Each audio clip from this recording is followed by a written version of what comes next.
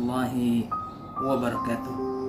Sahabat inspirasi, memiliki teman pergaulan yang banyak dan luas tentu menjadi kebanggaan tersendiri bagi setiap orang, apalagi di era media sosial atau medsos seperti sekarang ini. Media sosial tidak lagi sekedar menjadi sarana komunikasi, tetapi juga menjadi sarana memperoleh kesenangan diri. Mendapat like sebanyak-banyaknya dari status medsos menjadi kegemaran banyak orang. Bahkan banyak orang yang menjadi ketagihan untuk berburu like dan komen. Dalam ilmu psikologi, kegemaran tersebut terjadi karena adanya hormon dopamin. Hormon ini bertanggung jawab atas rasa gembira, jatuh cinta, dan percaya diri atau kepercayaan diri seseorang. Orang yang mendapat like akan merasa gembira dan bersemangat serta ketagihan. Tapi bukan masalah ketagihan like yang akan menjadi fokus pada perbincangan kita saat ini. Perbincangan ini akan fokus pada masalah memilih teman baik di dunia nyata maupun dunia maya. Teman tidak hanya cermin seseorang, tetapi juga menjadi lingkaran hidup yang dapat mempengaruhi langkah hidup kita. Nabi Muhammad SAW bersabda, "Al-mar'u ala dini khalilihi, falyanzur ahadukum man yukhalil." Orang itu berada dalam agama kawannya, maka hendaklah ia melihat dengan siapa berkawan. Hadis riwayat Imam Ahmad dan Abu Dawud. Makna ad-din, makna agama di sini adalah kebiasaan, tabiat, perilaku. Banyak hadis yang serupa maknanya. Intinya menegaskan betapa pentingnya memilih teman pergaulan. Teman atau sahabat adalah keluarga kedua, tempat berbagi banyak hal. Sebagian orang ada yang lebih banyak berbagi dan menyerap banyak hal dari teman pergaulan daripada keluarga. Teman menjadi sumber inspirasi dan sumber belajar banyak hal. Jika kita memiliki teman pergaulan yang tepat, maka hal itu menjadi modal luar biasa untuk membangun kehidupan kita yang berkualitas. Teman pergaulan yang tepat akan memberi energi dan asupan positif untuk kehidupan yang lebih baik. Tetapi kalau sebaliknya, maka kita akan terjebak pada lingkaran pergaulan yang negatif dan bisa menjadi racun bagi kehidupan kita. Sahabat inspirasi, kalau dalam hadis, teman yang baik itu seperti penjual minyak wangi.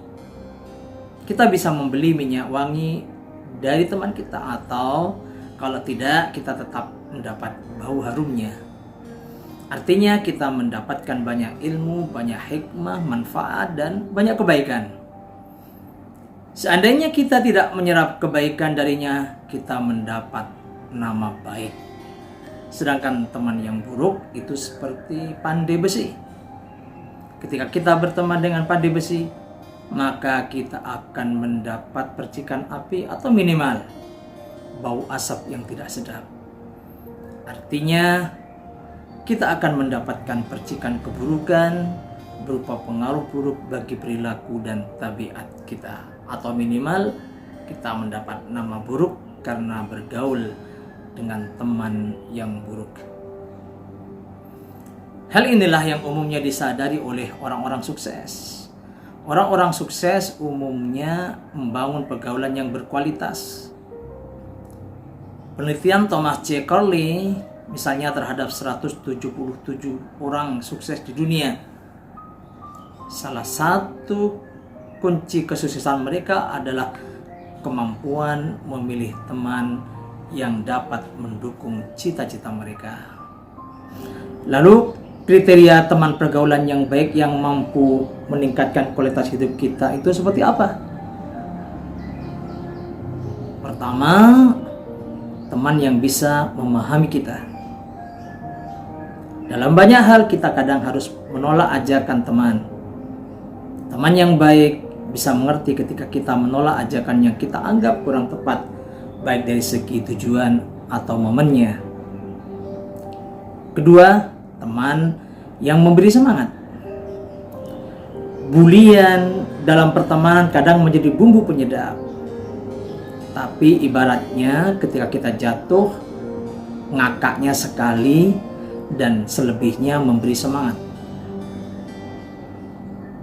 Jadi tidak ngakak terus, tidak membuli terus.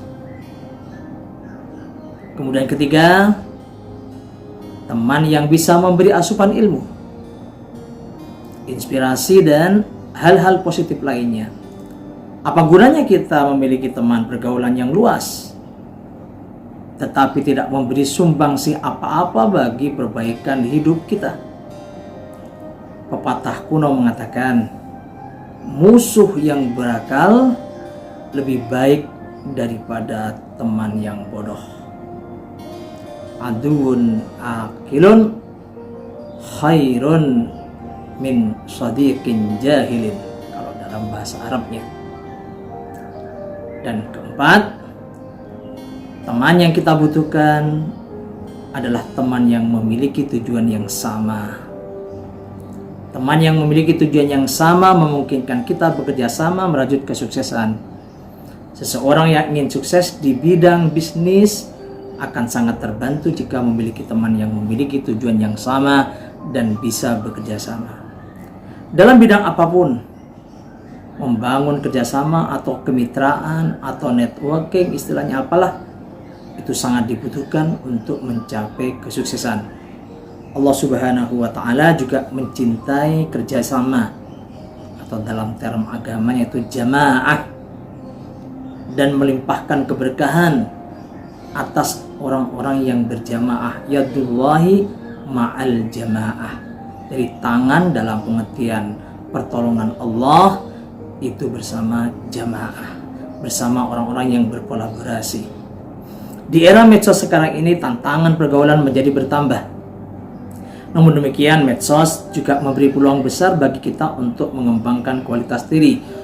Oleh karena itu, kuncinya ada pada kebijakan kita dalam berteman di medsos. Selektif memilih teman adalah langkah bijak pertama yang harus kita lakukan. Bertemanlah dengan orang yang sudah kita kenal, atau paling tidak kenali dulu orang yang akan kita tambahkan dalam pertemanan kita. Jika kita salah melangkah dan asal memperbanyak teman, maka berpotensi mendatangkan banyak masalah dalam ruang medsos kita. Selain itu, mengikuti akun-akun yang dapat memberi nilai kebaikan dan kemanfaatan bagi kehidupan kita merupakan langkah yang sangat perlu untuk kita lakukan. Di medsos tersedia banyak grup, banyak komunitas yang dapat membantu meningkatkan kualitas hidup kita sesuai dengan minat kita. Hal lain yang perlu kita lakukan adalah menyaring postingan di ruang medsos kita dan menghapus hal-hal yang tidak bermanfaat. Ingat, berteman dengan orang baik mewariskan kebaikan. Berteman dengan orang buruk mewariskan penyesalan. Pepatah juga mengatakan, show me your friend, I'll show you your future. Tunjukkan kepadaku siapa temanmu, aku akan tunjukkan kepadamu tentang masa depanmu. Wallahu a'lam bishawab. Assalamualaikum warahmatullahi wabarakatuh.